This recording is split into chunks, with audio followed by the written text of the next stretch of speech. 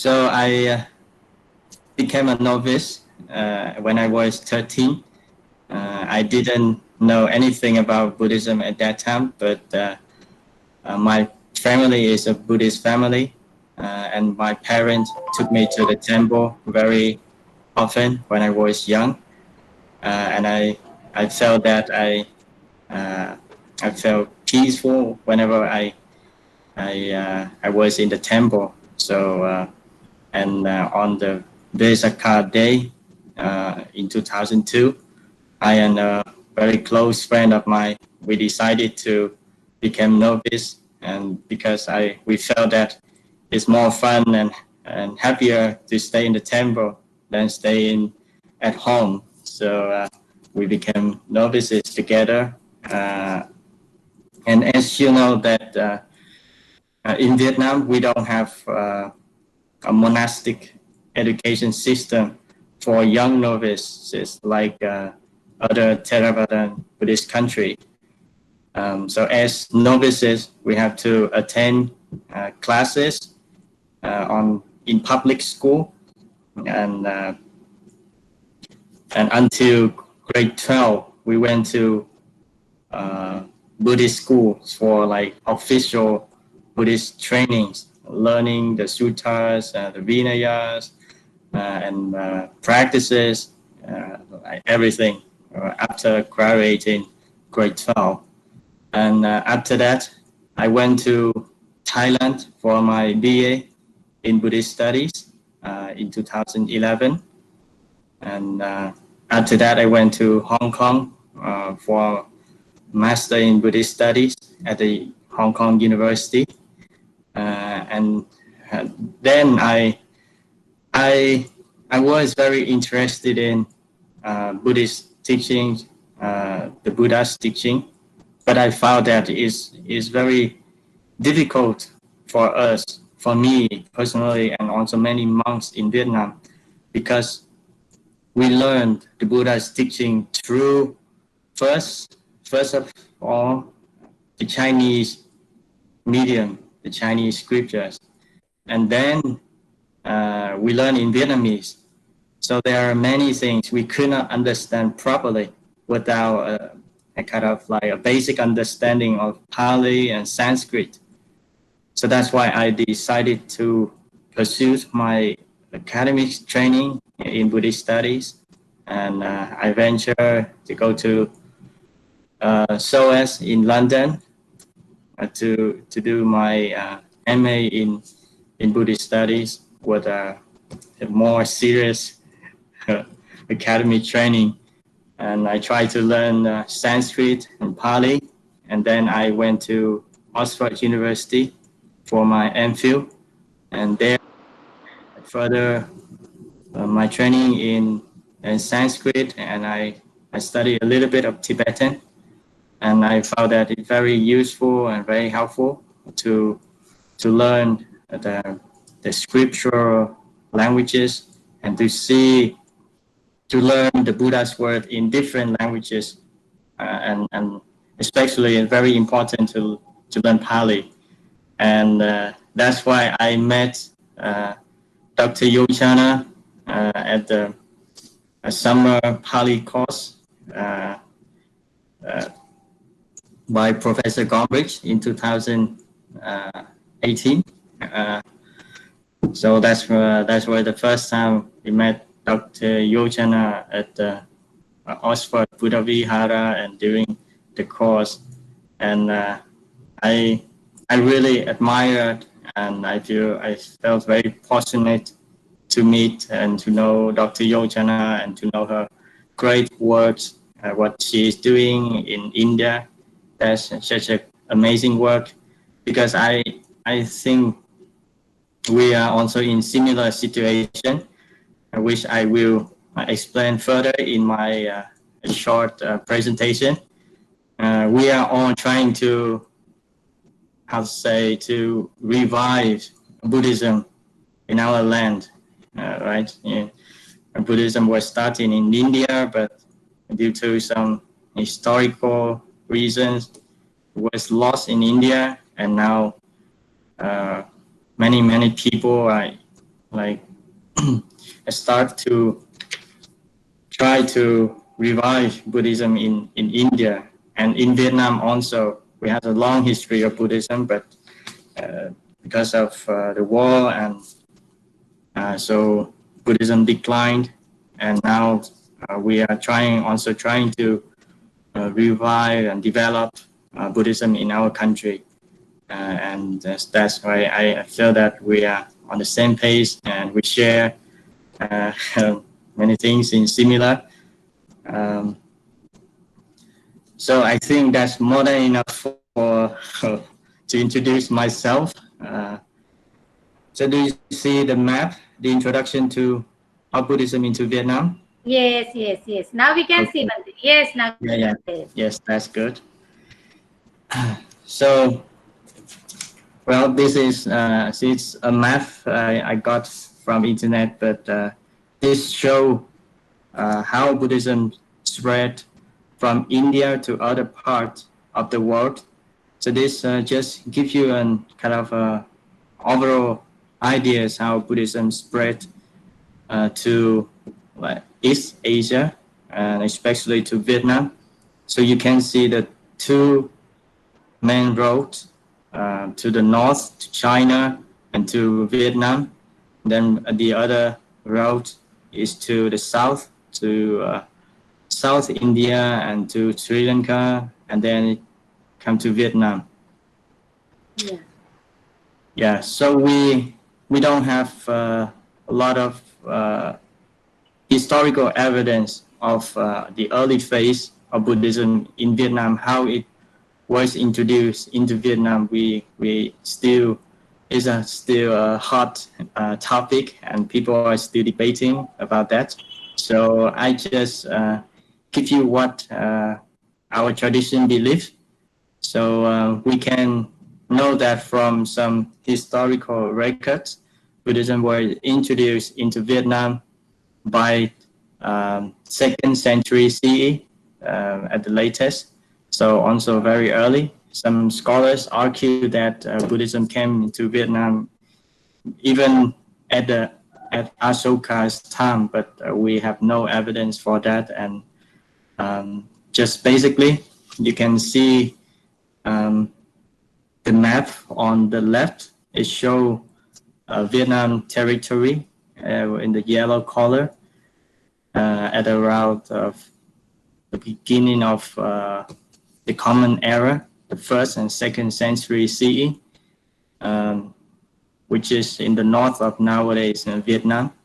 And at that time, we already have a kind of like a Lui Lo Buddhist center, which is, according to some breakers, we already had like 20 temples, a few hundred monks, and we already translated 15 texts into Vietnam, into Chinese in Vietnam. So it showed that Buddhism came to Vietnam and established in Vietnam quite early compared to other Mahayana Buddhist countries, even China. And the next important milestone is the Li dynasty and the Zheng dynasty from the 10th century up to the 15th century. That is the peak, the golden age of Buddhism in Vietnam. So Buddhism became a kind of like national religion in Vietnam at that time, and Buddhism really developed just like the Tang dynasty in China, and then further key milestones is we moved to the Northern and Southern dynasty from 15th century to 19th century, and the Nguyen dynasty in 19th and 20th century. So that marks the decline of Buddhism in Vietnam.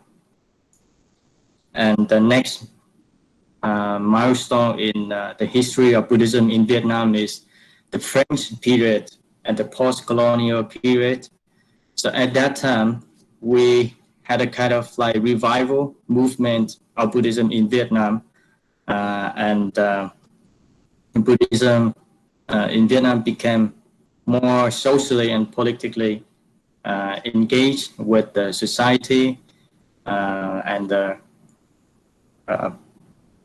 monks and the laity at that time tried to revive Buddhism in order to adapt to the new the modern age. And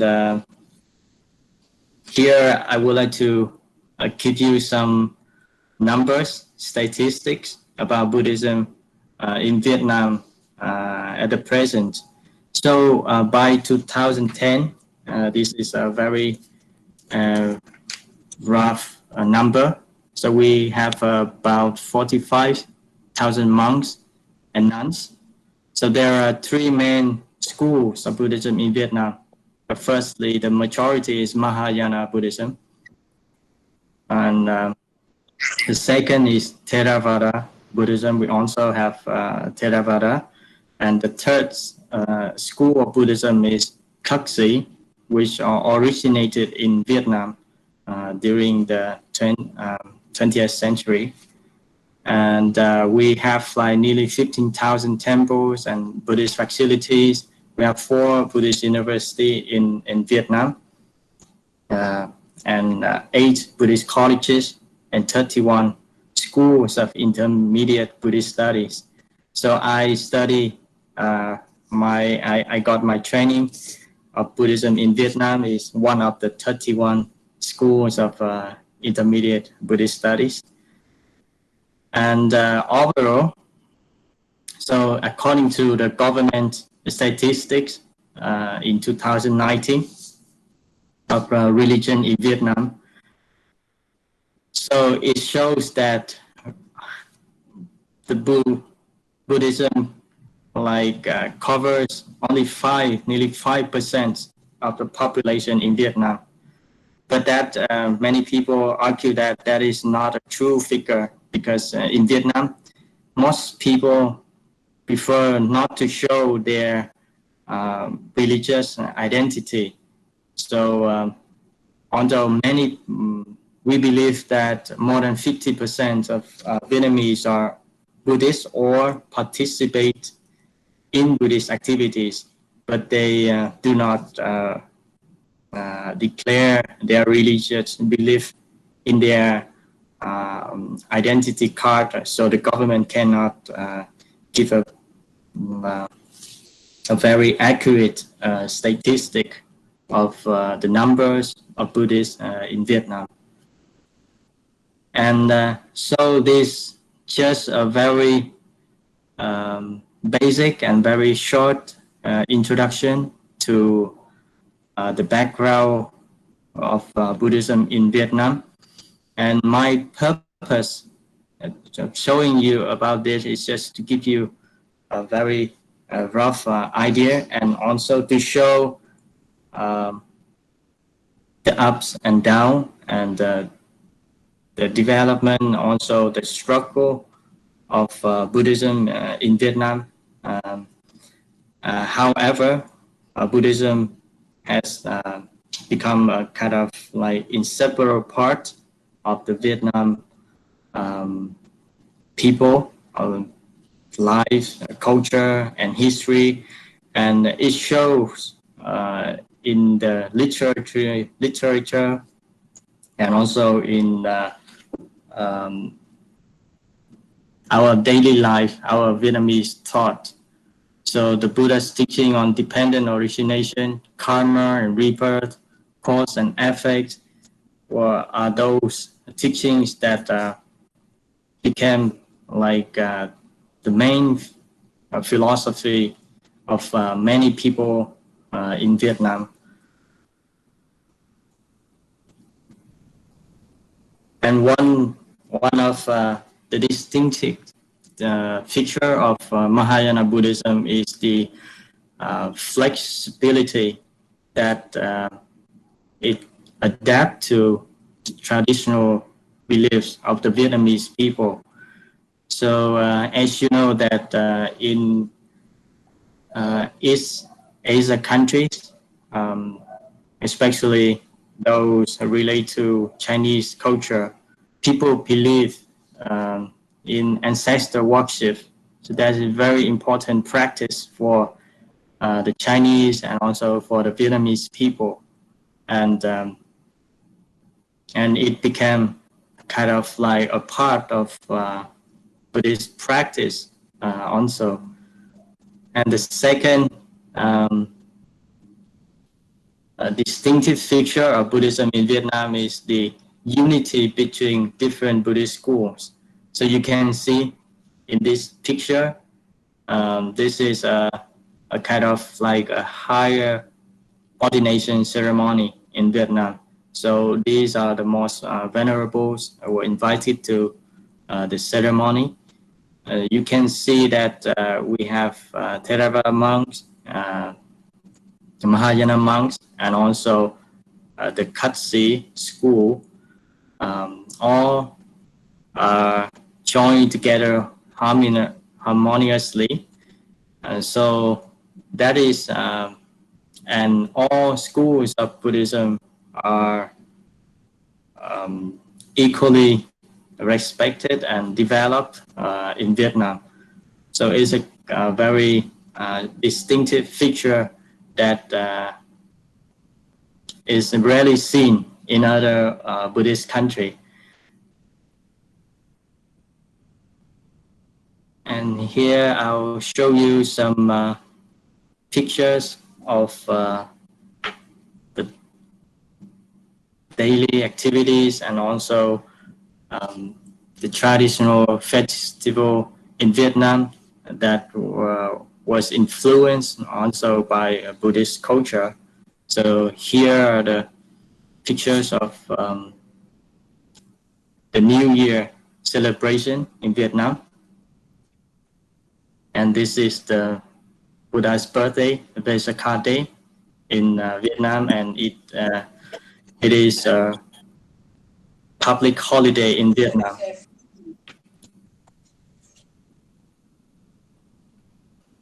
And here are some famous temples in Vietnam. You can see the distinctive architecture of these buildings in Vietnam. So I think Dr. Yochana is very interested in architecture and would like to see this temple in real life. And here are some distinctive sculptures, Buddhist sculptures in Vietnam. And next, I would like to introduce to you some famous, important figures of Buddhism in Vietnam. So the first one I would like to introduce to you is the King Trần Nhân Tông. So he was the third emperor of the Trần dynasty, reigning over Vietnam from 1278 to 1293. So he is very famous Buddhist in Vietnam because he was a king and then he renounced his throne to his son and became a monk, and then he achieved enlightenment. So and he founded a Buddhist meditation school of Vietnam. So that is the most important and also the most authentic Vietnamese meditation school in Vietnam, and nowadays is still widely practiced in Vietnam. And the second one is Bodhisattva Thích Quang Đức. He became famous during the Vietnam War, and especially when he burned himself in June 11 of 1963. And you can see here in the picture that he set himself in fire to protect Buddhism. So as you know, at that time, the South government had many policy that were, the president of the South government during the Vietnam War, Ngô Đình Diệm, he tried to suppress Buddhism and Buddhist activities and put Buddhism in Vietnam into a very dangerous situation at that time. So many monks and lay Buddhists protested in peaceful way, but in order to save Buddhism, this venerable set himself in fire in order to raise the voice for the international voice to be and to gain support from the Buddhists and also people throughout the world.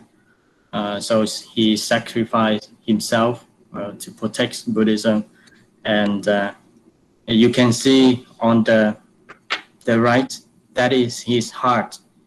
So after his body was cremated, his heart remained intact, and this it is still preserved in one of the bank in Vietnam.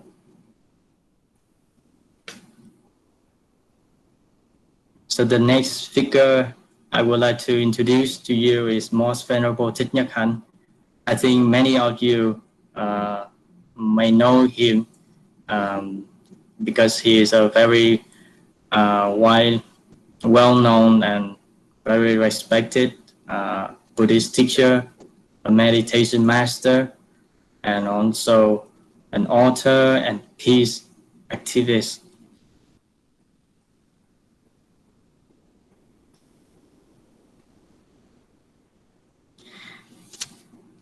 Okay, so I think that's more than enough about Buddhism in Vietnam. It's just some basic ideas, basic information that you can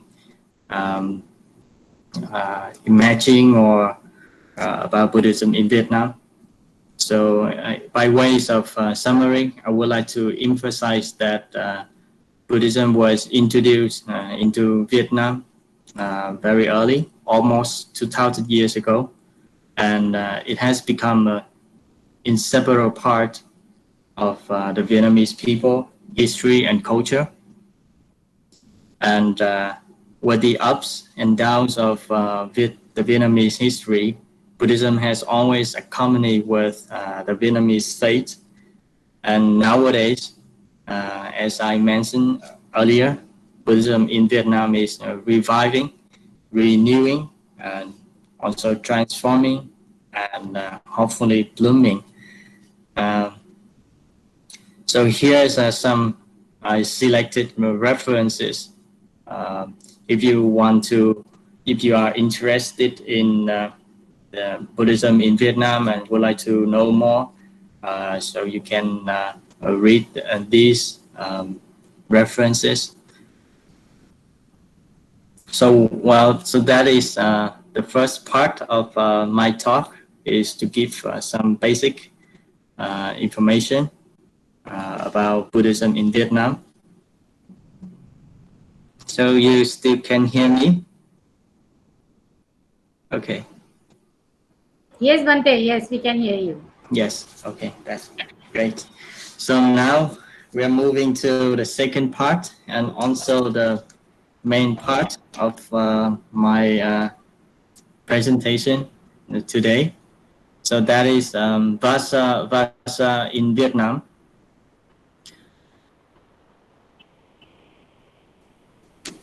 So here you can see that I think all of you know well about this. You know Pali better than me, but I'll try to give you some basic information about Vasa. So Vasa basically means rain, and also refer to the rainy season, lasting roughly from June to October. I don't know whether it is still true in present-day India. Yeah. But in Vietnam, it's quite different. So, so Vasa Vasa, then it basically means rain residence. However, when it is translated into Chinese and also into Vietnamese, you can see the Chinese character here. We read it Anker. So basically, it means peaceful dwelling. So we drop the rain and we put peaceful there. So and How would you say in Chinese, Bante? Can you pronounce it in Chinese for us? in Chinese, Yes. I think it's Anchu, maybe Yes. similar to the Vietnamese Anker. Okay. Yeah. So you can see the Chinese reference I put there is a commentary of the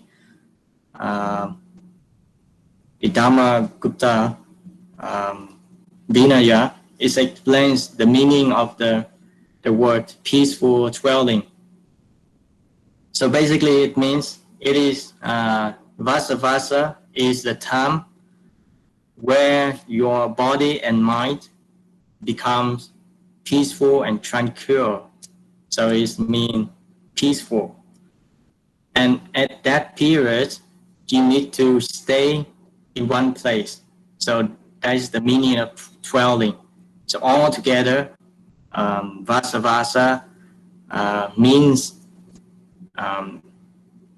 your body and mind becomes peaceful and tranquil when you stay at a one place in a certain period. So that is how we understand the word Vasa Vasa in our culture. And just to give you some information, so as you might know that for the Theravada Buddhism, you use the Pali Vinaya, and the details of Vasa Vasa are laid down in the Mahavaka of the Vinaya Pitaka. But in Mahayana countries, especially in China and in Vietnam, we use a different version of Vinaya. So that is the Vinaya in 4 parts, or the Chatur Vargiya Vinaya. So that this is a Chinese translation of the Dharma-Guptaka version. So there are some, I think the important parts of the Vinaya of these 2 versions are similar, but for the minor and lesser details are a bit different. And you can, and also it shown in the difference of the Vasa Vasa.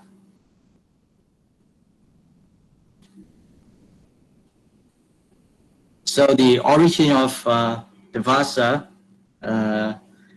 is at that time, I think the Buddha did at the first 12 years, he did not let down any rules. And the same for Vasa. So Vasa did not become a rule after the 12 years. So at that time, the monks, according to the Mahavaka, during the Vasa, the rain season, the Buddhist monks were still just traveling and wandering here and there during the rain. So at that time, the lay people, just the people, then they criticized that why Buddhist monks did not stay in one place. Because of their traveling, they damaged the crops, and also the grasses, then also injures lives like small insects because of um, maybe you can explain me more about the Indian culture, but I just know this through the text. I have never been to India, but this is how we understand the origins of the Vasa. And so that's why people criticize these monks, and they told the Buddha. And at that time, the Buddha laid out this rule. So the first reason is not to damage the crops, the grasses, and also not to injure life, the small life. So that's out of compassion, and also to stop people criticizing the monks, the Buddhist monks, and Buddhism. And also the third reason why why the monks should observe Vasa is because the rain, so it's very difficult to travel, and during the rain season, it might not be a good idea to travel under the rain, and you get wet and then you got sick. So it's better to stay to one place. And also is another reason is during this time, the rain season, so people are very busy with their crops, growing vegetables, rice. So they are busier during this time. So the monks should stay at one place, so in order not to disturb the people. So that is according to the Vinaya. But in fact, the Buddha, the first Vasa is already the first year when the Buddha got enlightenment. So at Isipatana, at Sanat nowadays. So he already spent the first Vasa there. And as you see, according to this map, it's done by Bhante Ananda Jyoti, based on the Madhurata Vilasini. So the Buddha's, this is the places where the Buddha spent his 45 rain retreat in his life. So you can see that he traveled a lot. He covered a large part of India, and the two famous places is the Rajagaha and Savatthi. So he spent the many rain retreats in Savatthi, especially his later half of his life, the 28th to the 44th Vasas he spent at Savatthi. Yes. Yeah. So here is the time for the Vasa. So according to the Theravada or the Mahavaka, the Vasa can be observed during at 2 times. So you know that the rain season is 4 months, but the Vasa is only 3 months. So that's why the Buddha allows monks to observe the Vasa according to 2 periods. So the first one is the early period. It's called Buddhimika. So it's from June or July to September or October, and the later one is Vachimika, from July, August to October and November of Buddhist calendar. So in this way, so this year, if you follow the Buddhimika, the early period, it should start at the 4th of August, and it ends at the 31st of October.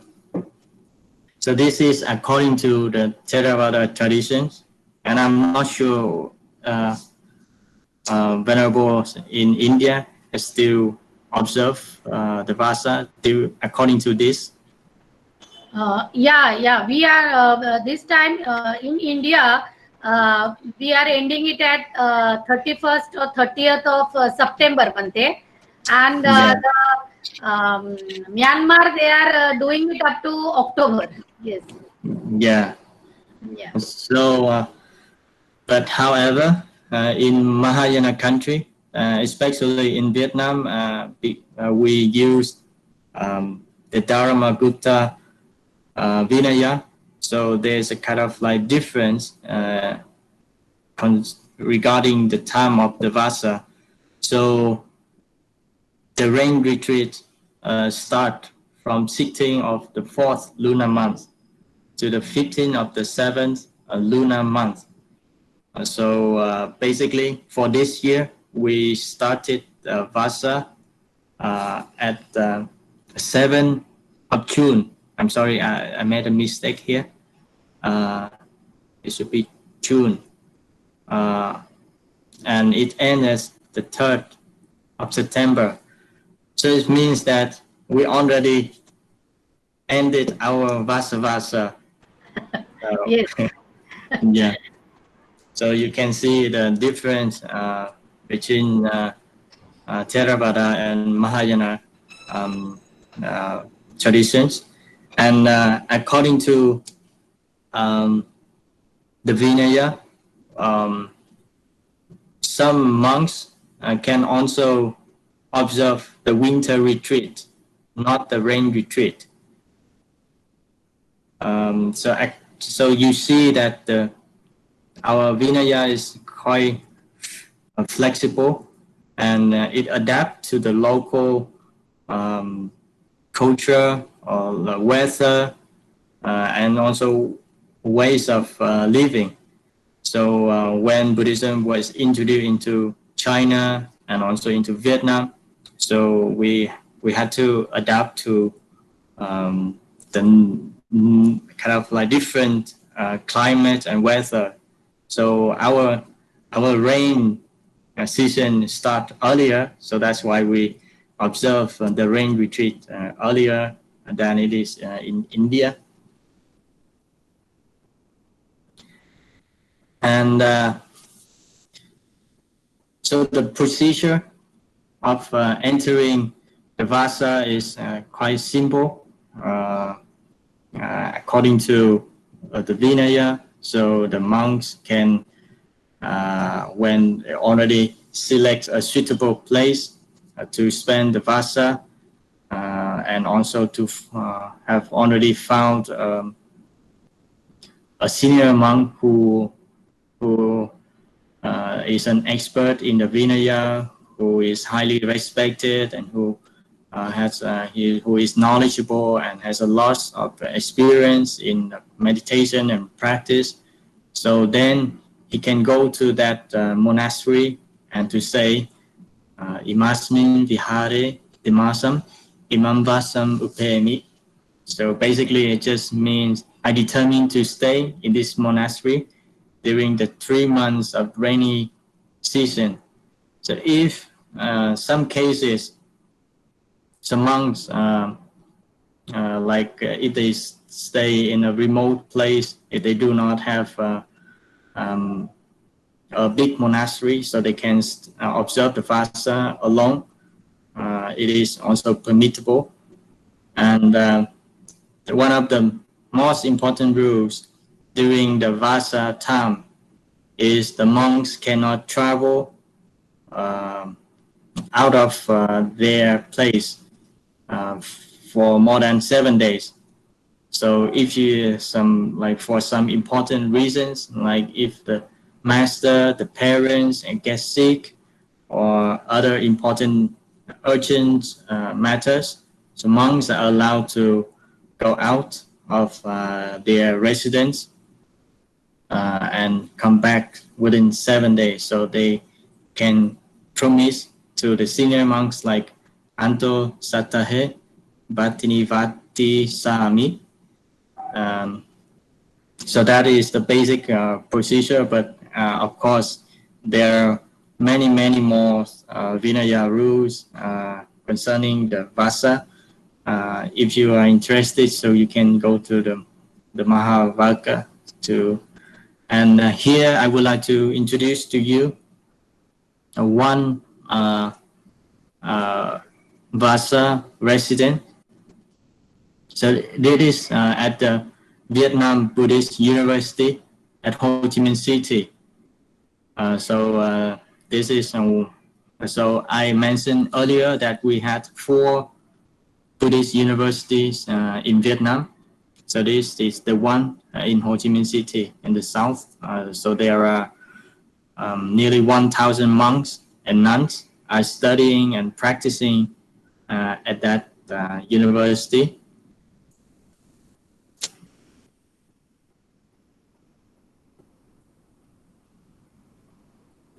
Okay. So in our Vietnam Buddhist culture, one of so the day for our daily activities, we usually get up at 3:30 a.m. For the morning pujas, morning chantings, and meditation, and then breakfast at around 6, and at around 7 we have more some have more chantings, or also go to classes to learn the Dhamma. And then at around 10:30 we have lunch offerings during the Vasa. So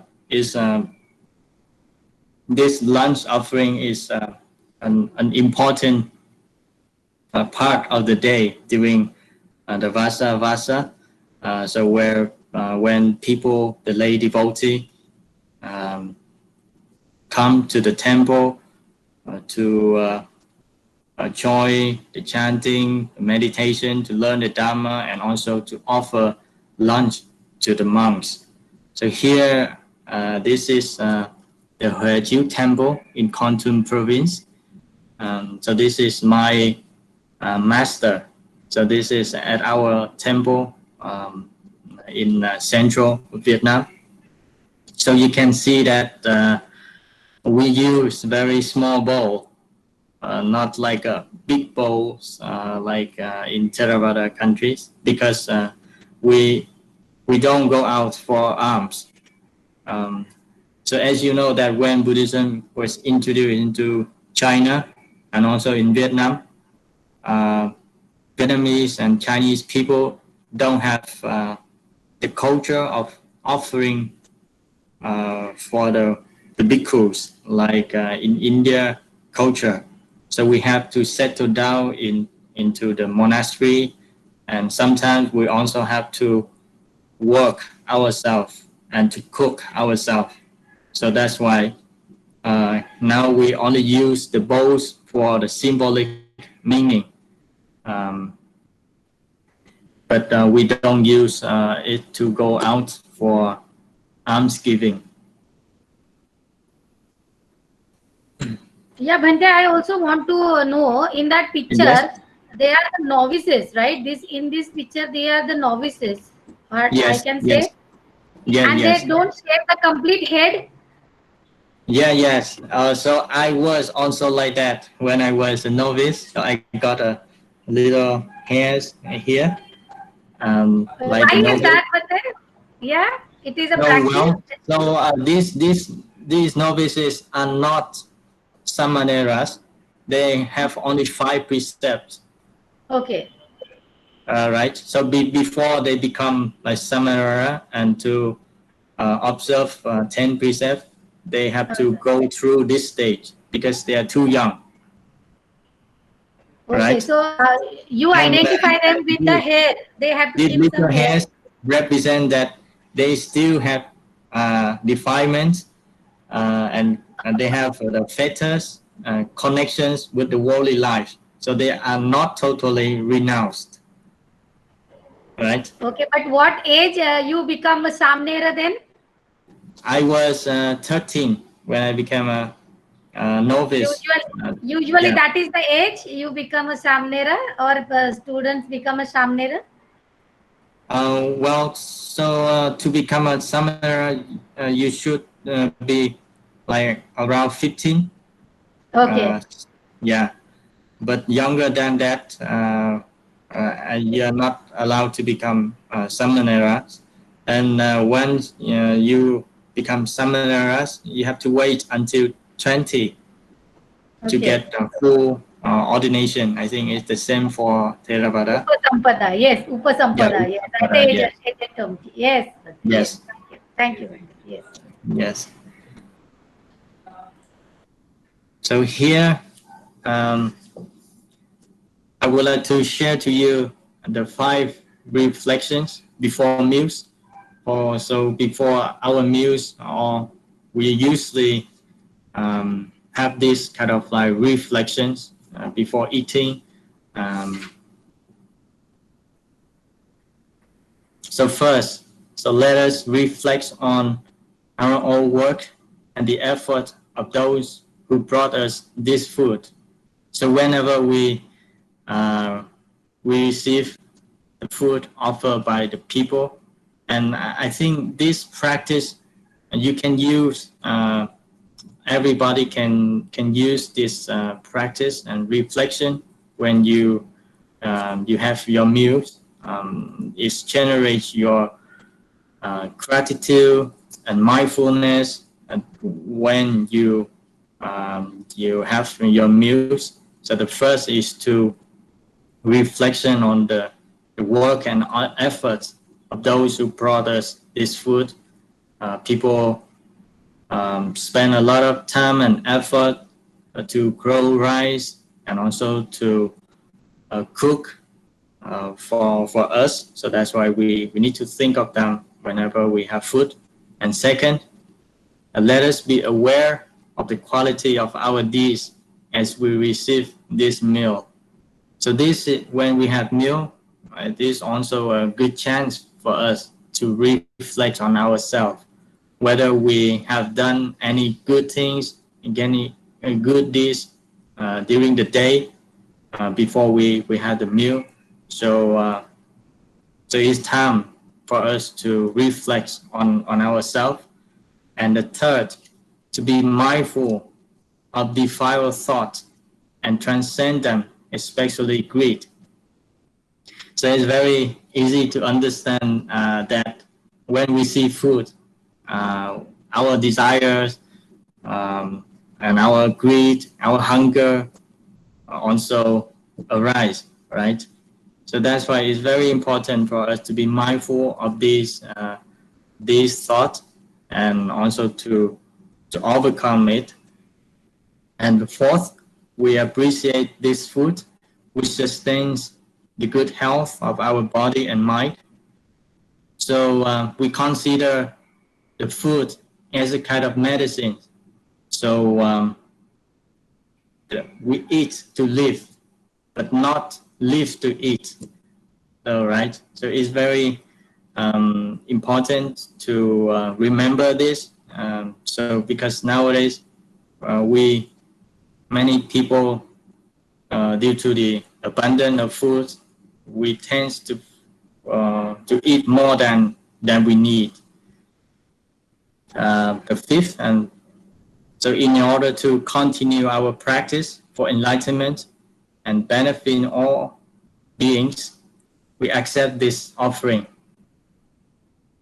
So it means like when we eat the food, we know, we remember our final goal, our ultimate goal is to get enlightenment and also to help and also benefit all other beings, other people.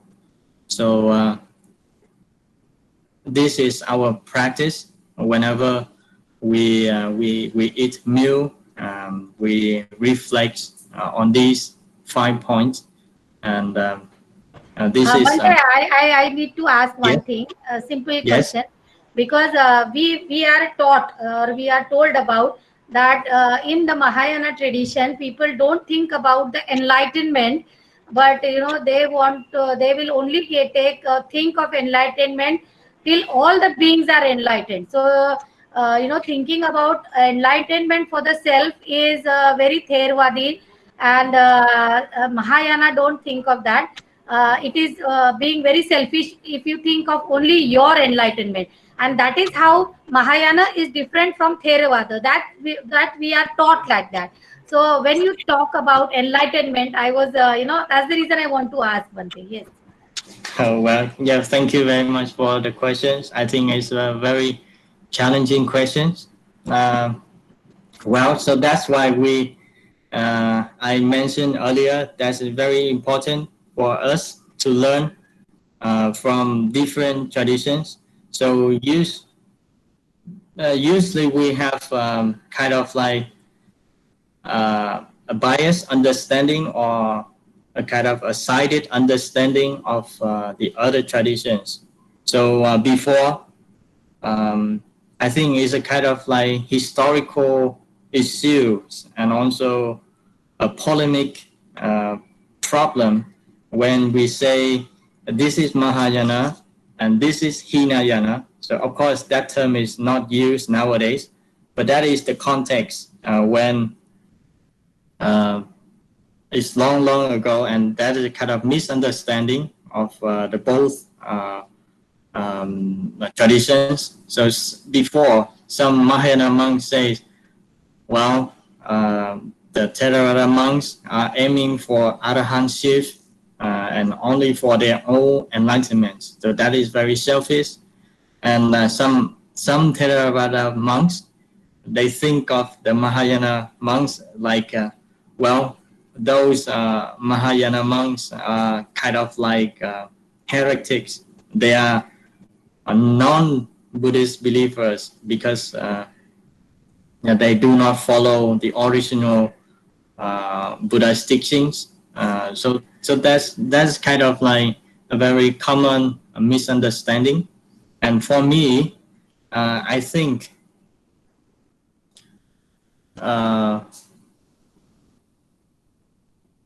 as long as you are following the Buddha's teaching, you are aiming for enlightenment, you are all, and also there is no way for you if you overcome your defilements, your greed, your hatred, your delusions, and get enlightenment.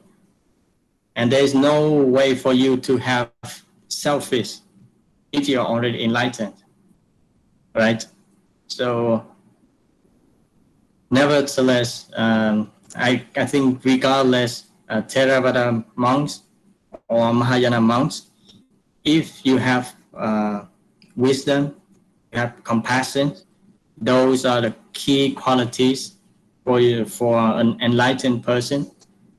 So there is no difference between a Theravada monk and Mahayana monks. Well, so that is my understanding. So what do you think? Do you Yeah, thank you. Yes, we will look into it, because the history books keeps on saying that, or the how to differentiate the Theravada and the Mahayana. So this is the main difference. So this is what we are taught in the Indian context. So yes, we'll have to uh, clear it or check it again. yeah, I think Venerable Narada from Sri Lanka, Yes. he wrote something like very beautifully. I cannot quote his words exactly, but he said something like, if a Theravada monk who practice compassion and wisdom, and he try his best to help and to benefit people, he is a bodhisattva, Okay. right? So there is no no difference, no distinction. Uh, I think this is a kind of like uh, a misunderstanding when we label ourselves as Mahayana or Theravada, right? If you were truly a Buddha's followers, we should follow the Buddha's examples. He also spent many many lives as a Bodhisattva to practice compassion and to help people, right? Yes. So do you agree? Yes, yes. Yeah. No, So there, I'll have to change the definition of comparative Theravada and Mahayana now. yes, I think we should not label ourselves like that. Yes. So Mahayana or Theravada, so those are historically different, and those are the label we have. But the important thing is we should fight. We should. I think the more I learn about Theravada Buddhism and also Pali scripture, I find many things are in common, but like the basic Buddha's teachings, he emphasized on the Four Noble Truths, the Eightfold Paths, the 37 factors of enlightenment. Those are, and also dependent originations. Those are the key teachings of the Buddha, right? Right, Bhante. Yes. And those Exactly. are the essential doctrines, teachings, and also essential practice for both traditions. So, but we don't look at our common and the most important thing, but we only look at the difference from uh, the minor things and also the forms, the behaviors, but we don't look at what is Yes. inside, right? Whether we Yes. wear different robes, but that doesn't tell anything about our inner qualities. So I Yes. think the inner qualities are more important than those cultural differences. Uh, uh, Yes, Bhante. I agree. I agree. yeah. So I think we come back to our topic, and I have few more slides. Yes, Bhante. Yes. So this is how also the lay Buddhists also join the Buddhist activities in during the Vasa. So you see here offering food and four requisites, kind of like very important and also basic practice of the lay Buddhists. And also some lay Buddhists during the Vasa, they come to the monastery to chant the sutras and also to listen to the Dhamma. So you see, during the COVID time, people also wear masks when they join the service, to join the ceremony.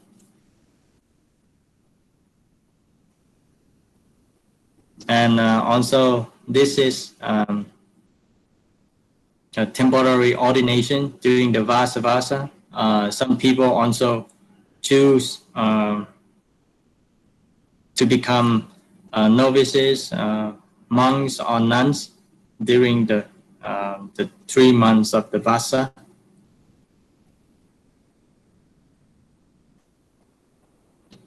So, Bhante, you So, have a Bhikkhuni yes. Sangha in Vietnam, right?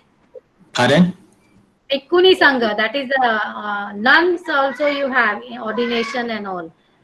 Yeah, Yeah? yes. So we have the Bhikkhuni Sangha in Vietnam. Um, so I think only a few Mahayana countries have the big both bhikkhu and bhikkhuni sanghas, right?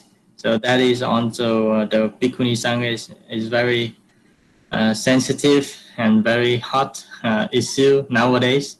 Many Theravada countries also try to establish the bhikkhuni sanghas, but yeah, how about in India? Any bhikkhuni movement to re-establish the bhikkhuni sangha there? Yeah, Bante, we have bhikkhunis are there, shamneris are there, and yes, but not many. You know, we have to count them on fingers. You know, this is not very strong in India. Sangha is Yeah, not strong. Bhikkhuni Sangha is not very strong in India. No, very yeah, few and far between. Very rare. Yes. yeah. In Vietnam, the bhikkhuni sangha is also strong and also equally respected as the bhikkhu sanghas.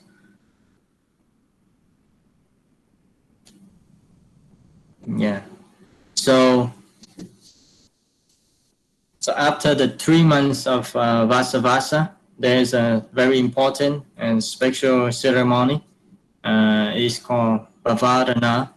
It marks the end of the Vasavasa. So basically, it means to choose or the satisfaction. But in the Buddhist context, it means invitation, a ceremony at the end of the rainy retreat. So at the end of the 3 months of Vasavasa, the Buddha laid out the rule that all monks should invite senior monks and to show their mistakes if they have have made during the Vasa. So the senior monks either see, hear, or doubt that the junior monk has made any mistake.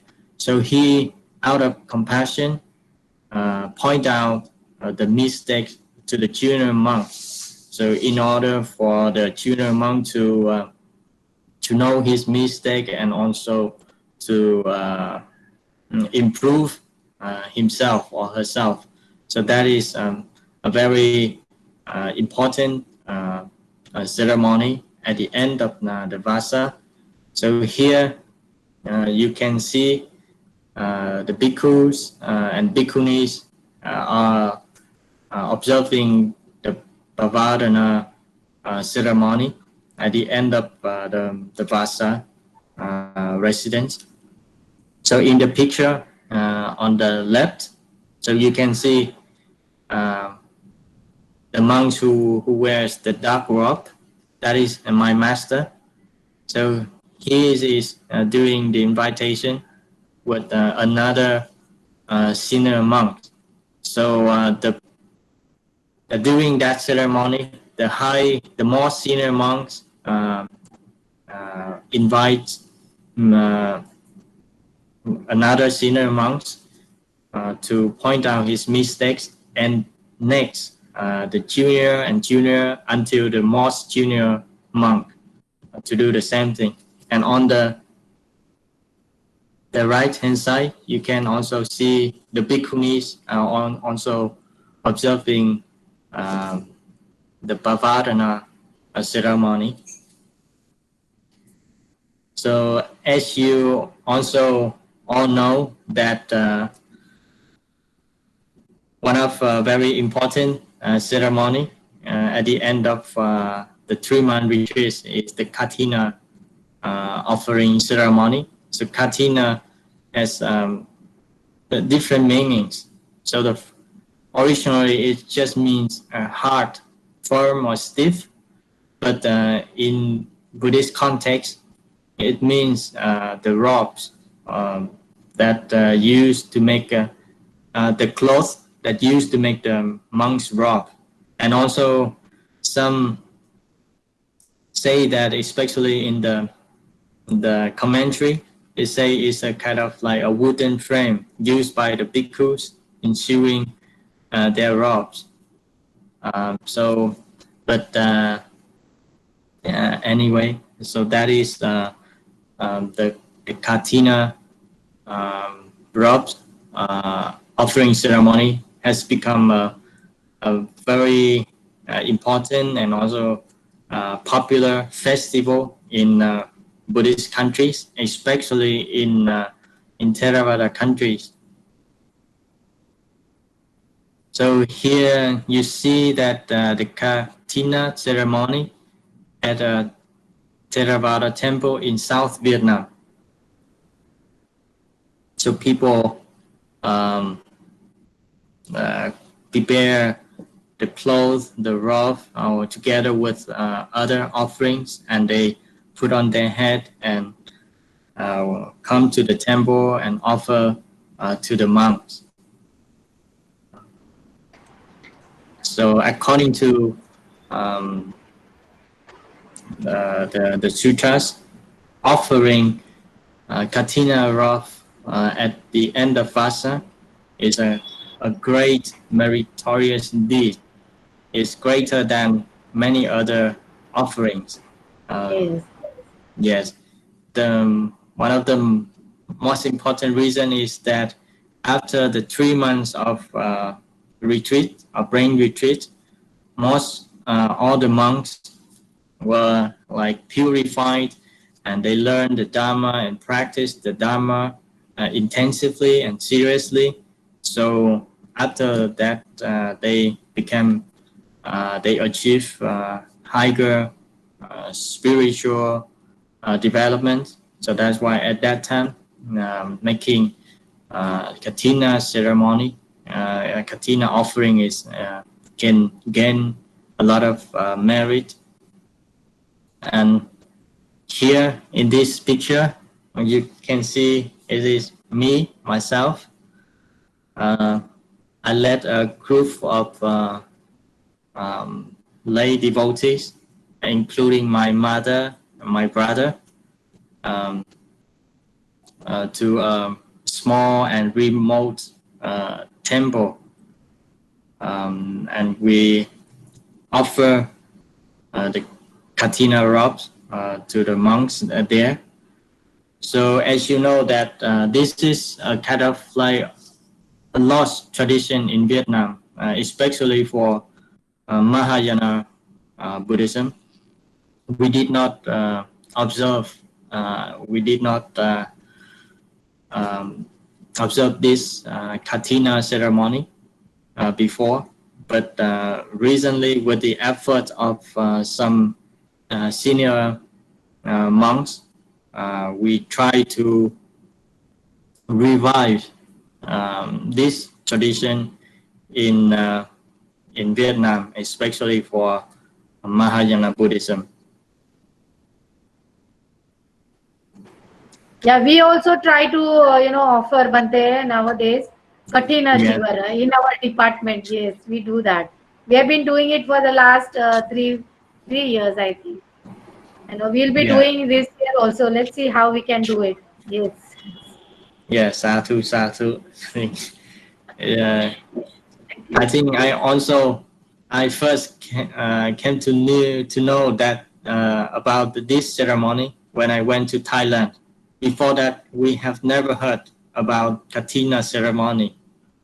And recently, only my master also is one of very few Mahayana senior venerable monks started to revive this tradition. I think it's very meaningful and very beautiful tradition, and we should try our best to preserve this tradition. And I think this comes to an distinctive feature of Buddhism in Mahayana countries, the Ulambana festival. Have you heard about this? No, Bante, no. Yeah, so it's also on the same day of the Bhavadana Day. So it started with a sutra. Many people said that is apocryphal, which written in China. But Professor Seishi Karashima in 2013, he had an article argue that this sutra and also this tradition started in India itself. The offering of food to the monks in order to save the ancestors, especially the deceased parents. So that is the meaning of this festival. But when it came to China, this tradition was mixed with the Chinese beliefs. So they believe that during the seventh lunar month, that is the month of the hungry ghost. After the Vasa, we should offer food and other things to those hungry ghosts to make merit. But originally, Professor Seishi Karashima argued that it started within the Indian early Buddhism. But however, in Vietnam, this ceremony at the end of Vasa, it becomes a kind of like Mother's Day. So it's the day for us to show our love and our gratitude to our parents, both the living parents and also the deceased ones, the ancestors. So in 1962, it's just 50 years ago, a Venerable Thích Nhất Hạnh. So I already introduced you earlier. He started this kind of festival, and so after the Vasa, when the Vasa ends, we hold this ceremony in order to honor our parents, to show our love and gratitude, and especially you can see that here one people got like a white rose on the chest. So that white rose represent those whose parents have been lost, have died, and those who receive the red rose represent that their parents are still alive. So in this ceremony, just to remind that to the people that about the great merit, the great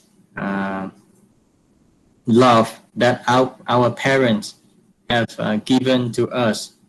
So we should reflect and also to do good deeds, to transfer our good deeds to our parents during this day.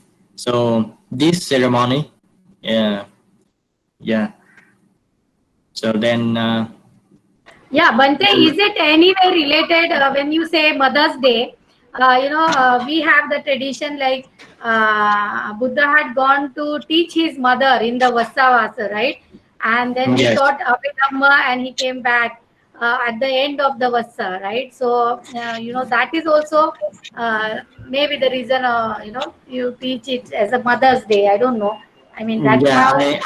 I think that is a kind of like a very interesting coincidence, but I'm not sure whether these two ceremonies are related.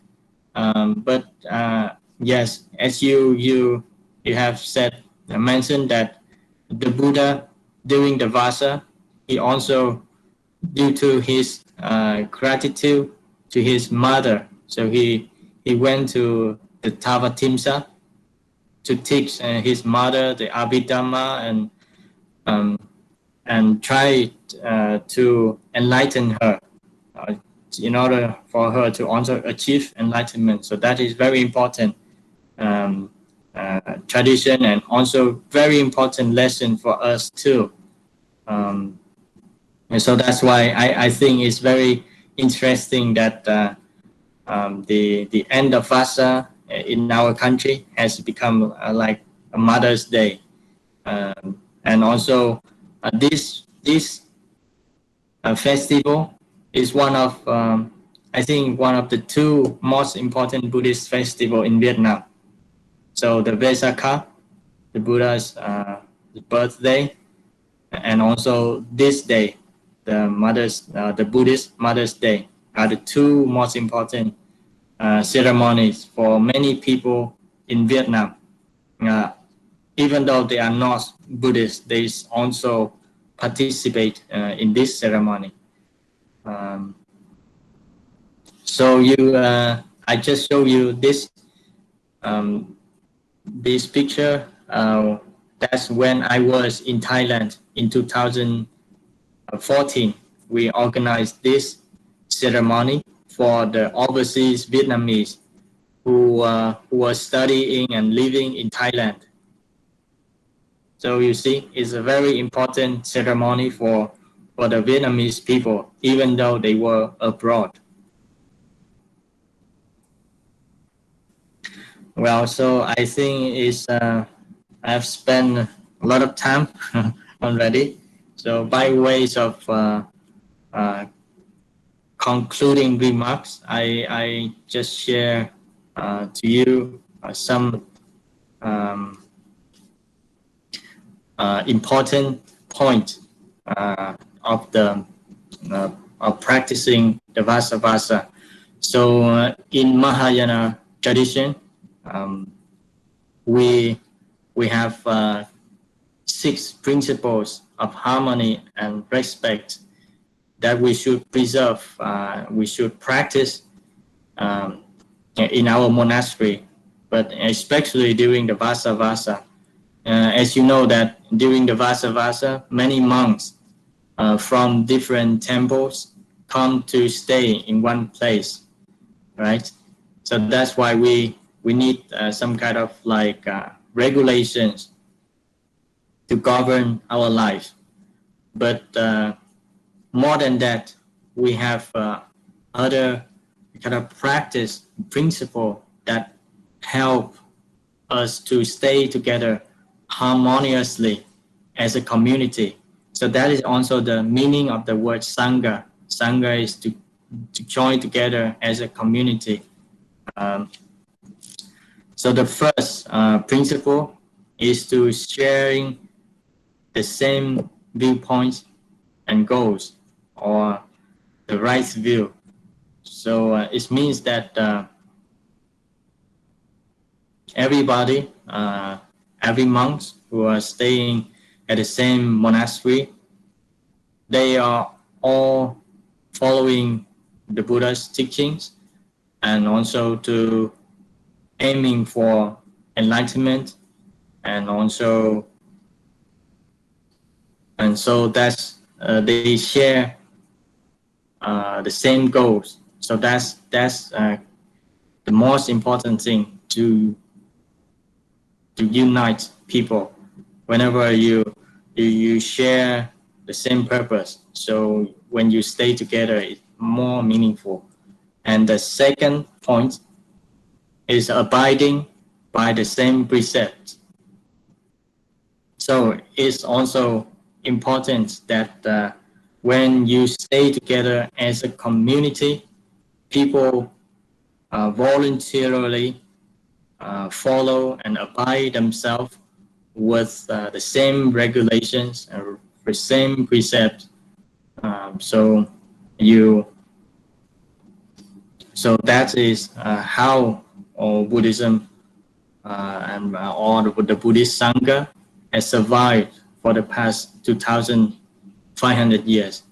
So we don't have a kind of the authority, someone who control us, but only the precept, the Vinaya, can govern the monk's life. So the third point is living and practicing together harmoniously. And when you stay together in the same place, and it's very important for you to share your place with others and also to share your practice. So it means you follow the Buddhist practice. Everyone is practicing meditation, everyone is learning the Dhamma. So that's how you can stay together harmoniously. And the fourth point is no quarreling. So it's when we are practicing right speech, and also it means the unity in chanting.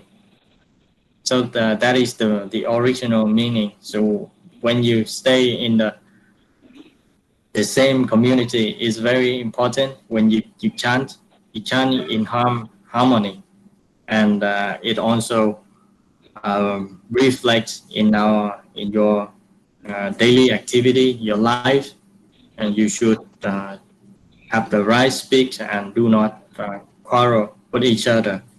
And the fifth one is experiencing the inner peace and happiness from practicing together harmoniously.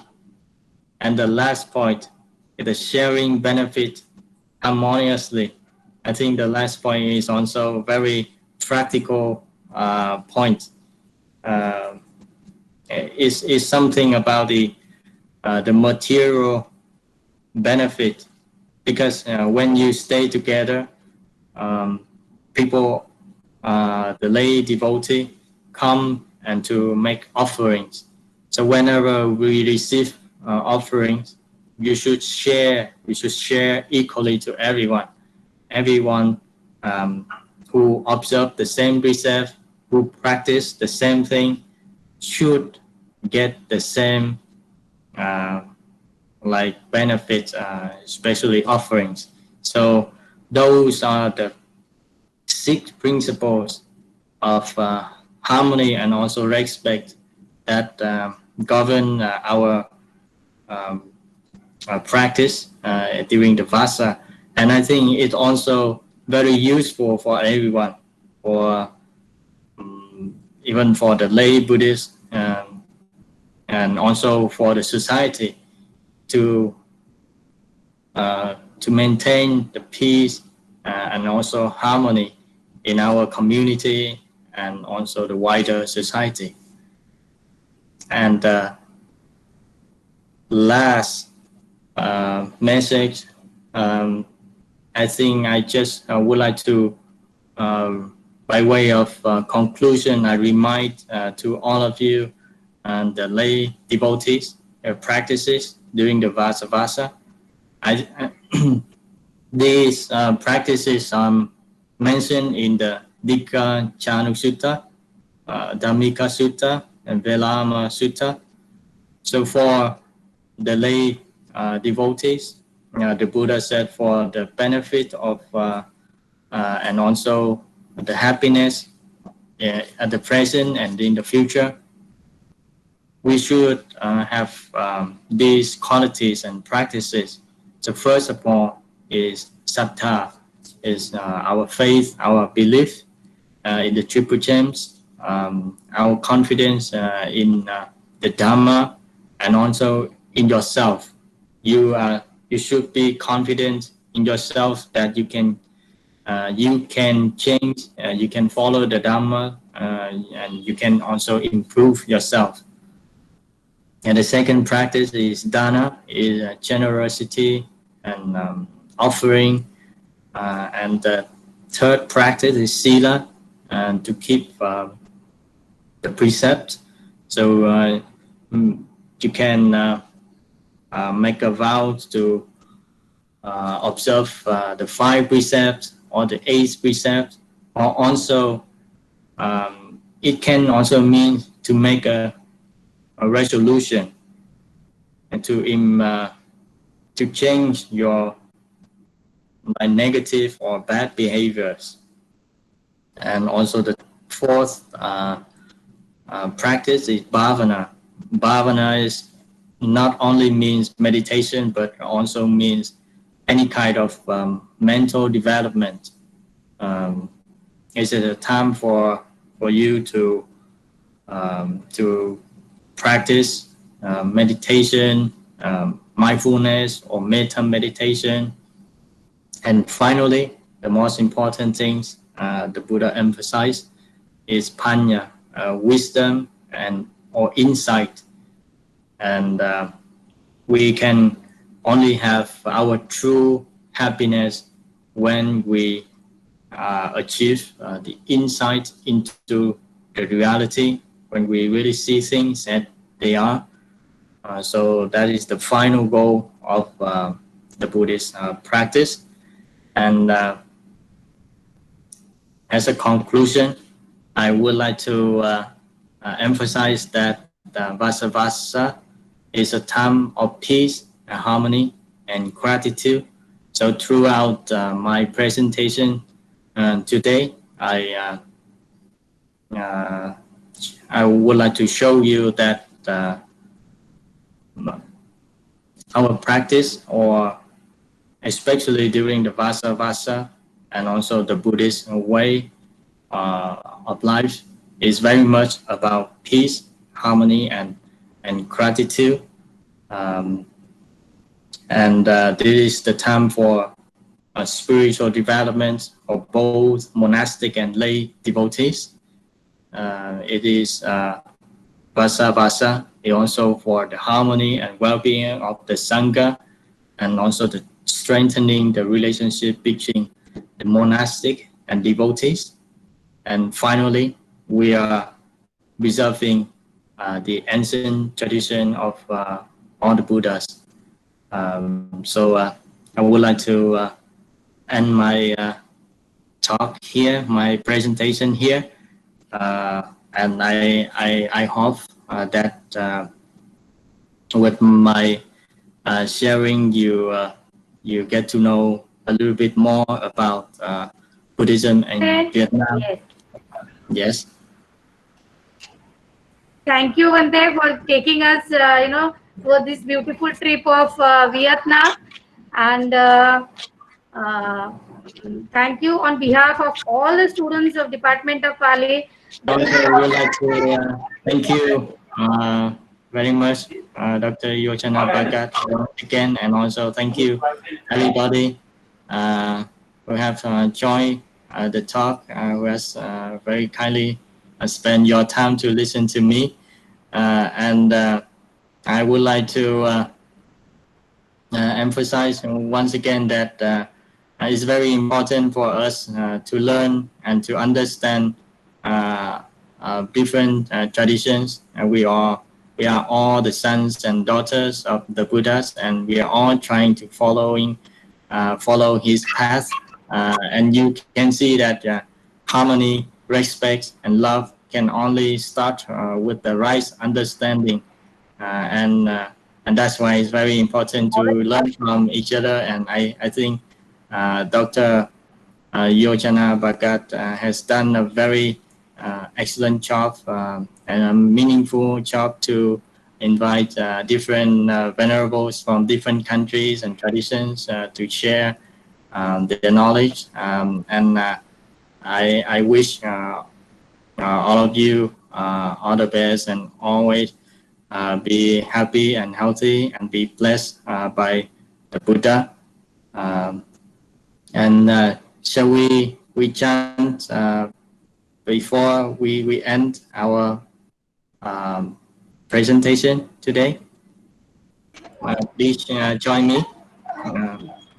Bhavantu sabba mangalang rakhantu sabba devata sabba buddhanubhavena sada soti Bhavantu te bhavantu sabba mangalang rakhantu sabba devata sabba dhammanubhave Asata soti bhavantu te bhavantu sabba mangalang rakhantu sabba devata sabba sanghanu bhavena sada soti bhavantu te